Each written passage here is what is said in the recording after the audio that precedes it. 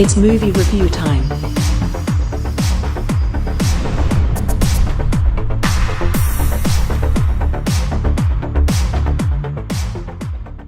Warning, this video contains adult situations, adult language, and adult content, not made for kids, especially under the age of 13.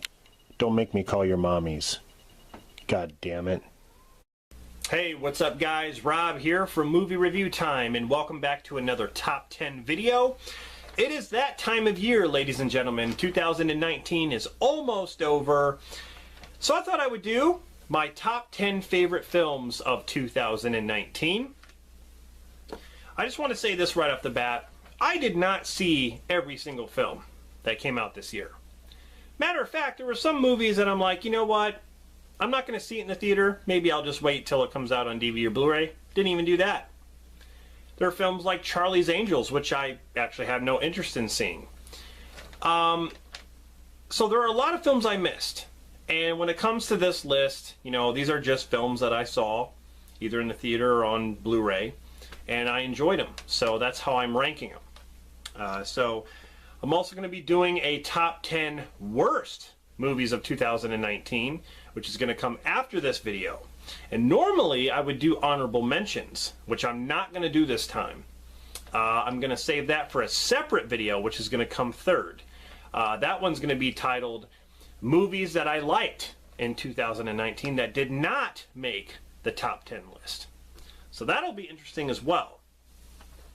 So look out for those two videos after this one. But again, this is just my opinion, my own personal list. You know, I know you're probably not going to agree with it, and that's fine. Everyone has their own opinions. So I'm just going to do my top 10. Let's get started. Let's start with number 10. That is Midsommar, or Midsummer, however you want to say it.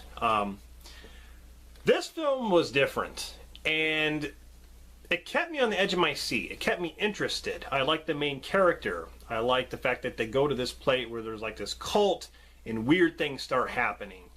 Some things that are left unexplained, some things that are explained really well. I liked it. And I believe the director also did Hereditary, which I think I like this movie better. Hereditary was okay, but I think I like this one more. So for me, that comes in at number 10. Number 9 is Glass. Now, this is a film that critics pretty much pandered, you know, because it didn't live up to Split or Unbreakable. I definitely think it's the weakest out of the 3 movies in the Unbreakable trilogy. But that's not really saying much. The only thing that I had a problem with in Glass is the way they treated Dunn's character at the end. I did not like that. I thought that was a cheap way to, you know, take out a character. I thought that was really dumb. But as far as the movie goes, I enjoyed myself. It could have been better, yes. But overall, I liked it. So that's number 9, Glass. Number 8 is Brightburn. What would happen if Superman went rogue and turned evil and started killing people? Well, yeah, Brightburn. That's basically what it is. You know, this kid who's an alien from another planet. It's just like the Superman story. He grows up and on this farm, and then bad things start happening to people. People start dying, and it's this kid causing it. Really, really cool, man. I love the effects in this movie. It kind of blew me away with the gore effects. I didn't think it was actually going to be that gory, but yeah, it was really awesome. Elizabeth Banks, great.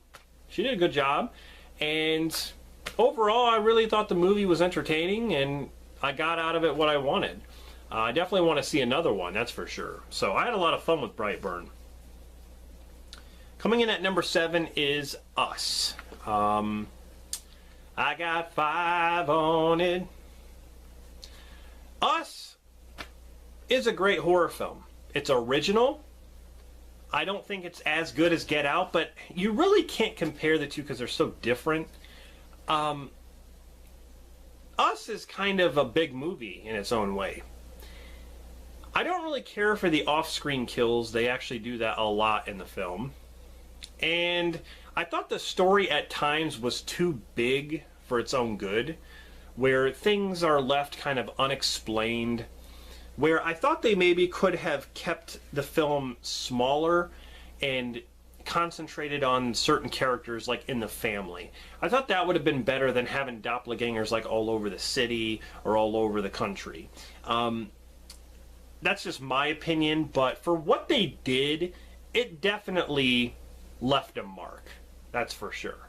It's got everyone talking about it, like the ending and certain things that happen. Amazing soundtrack. Love the theme to this movie.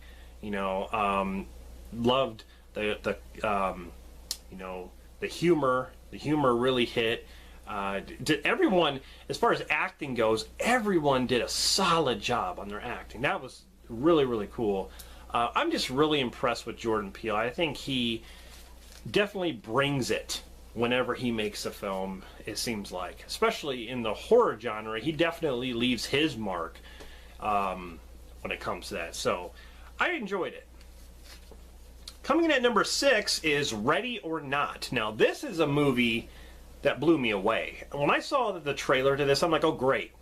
Like another typical, like, kids game turned into a horror film. You know, you had Truth or Dare, which I thought was ridiculous. But Ready or Not, basically hide and go seek, pretty much. And I believe there's a movie called Hide and Seek or something like that, which is a horror film. I don't know. Anyway, but this girl is married into this family, and this family has a tradition on playing games. Well, they play the game of hide and seek. She hides from this family, and this family is actually out to kill her. And, I mean, it's very simple. Like, when you think about it, it's a very simple kind of story, but there's more to it. As the movie progresses, you get to learn more and more about what's going on here. Like, why is this family doing this? It almost seems like they have no choice. There's a couple flashback scenes which really ties everything together. There's a lot of horror cliches that happen, a lot of, I wouldn't say jump scares, but there's a lot of things that happen that are kind of predictable that have happened in other horror films. I mean, if you've seen other horror films, you watch this, you're like, well, yeah, that's going to happen. And, you know, but that doesn't really take away from the film. That actually, you know, it actually belongs into it. It's part of the charm. It's part of what it's about. So, yeah, the movie really impressed me, and I'm really glad that I saw it. So, number 5 is John Wick Chapter 3 Parabellum. Now, when it comes to the John Wick movies, you know, they're very popular, and Keanu Reeves is actually hot right now when it comes to movies. And I figured they'd be making these sequels. My favorite John Wick movie is the first one. You know, don't mess with him and his dog. The thing is, this movie got overwhelming at times, in a good way, I'd say. You know, Halle Berry's in it. There's this non-stop action, and the action scenes are so long. It's like, wow. It really impressed me on how much work it actually takes to make these action scenes, and how much choreography goes into this fighting. It just amazes me. They don't, you know, it's almost like a throwback to 80s action, because John Wick does these things in these movies where it's almost like, how does he survive that? I mean, in this movie, like, you know, when he falls off the building, it's like, how is he still alive? Oh, that's right. Wait a minute. What am I thinking? It's an action movie. Like, you know, they used to do that stuff all the time in 80s and 90s action flicks, where the hero would actually go through something really, really hard and impossible, but then comes out fine. You know, it's one of those cliches, so to say. So I looked past that, but like I said, there's just nonstop. It doesn't give you a break. It really does not. So, and I know they're making a 4th movie. So, I mean, it's very popular, this franchise. It'll be interesting to see once he makes Matrix 4 and then John Wick 4, which franchise is actually going to beat out the other. Because everyone, you know, there are huge Matrix fans out there, and then there are huge John Wick fans. So, it'll be interesting. So that's number 5. Number 4 is Scary Stories to Tell in the Dark. This movie blew me away because I'm a huge fan of the books. I have all 3 adaptations, you know, by Alvin Schwartz, who illustrated these. The books had some amazing scary stories, and that's what this film is, essentially live action. They basically implement some of these stories into the film and then have a kind of like a story wrapped around all that, which is very cool. I mean, there's a lot of kids in the movie. You know, in this movie, there's a lot of kids who. It kind of reminds me of like a cross between like Stranger Things and Goonies a little bit. You know, they go on kind of, I want to say on an adventure, but they go into this house, this haunted house, and they get this book. And this book is basically writing out the stories, and these kids are a part of the stories. And so, like, you have some amazing stories like Harold, and then, you know, the Big Toe, and, you know, the Pale-Faced Lady, and the Spider. You know, there's a lot of stories they didn't put in here, which is why I'm looking forward to a sequel. Hopefully they put a sequel on you know, hopefully they put a sequel out there for everyone to watch, because I'm really excited for that, because there's so many more stories they could add. But yeah, great movie. Number 3 is Crawl. This movie is another one that blew me away. Visually, it's fantastic. It looks awesome. A lot of these wide shots, you know.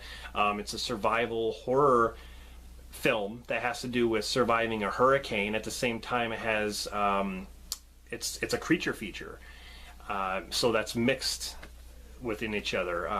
Surviving the hurricane and surviving crocodiles. It's like, you know, they're stuck in the basement, this girl and her father, and then there's crocodiles down there, but, you know, it's also flooding because of the hurricane. And then, you know, there's other people who try to help and they get eaten.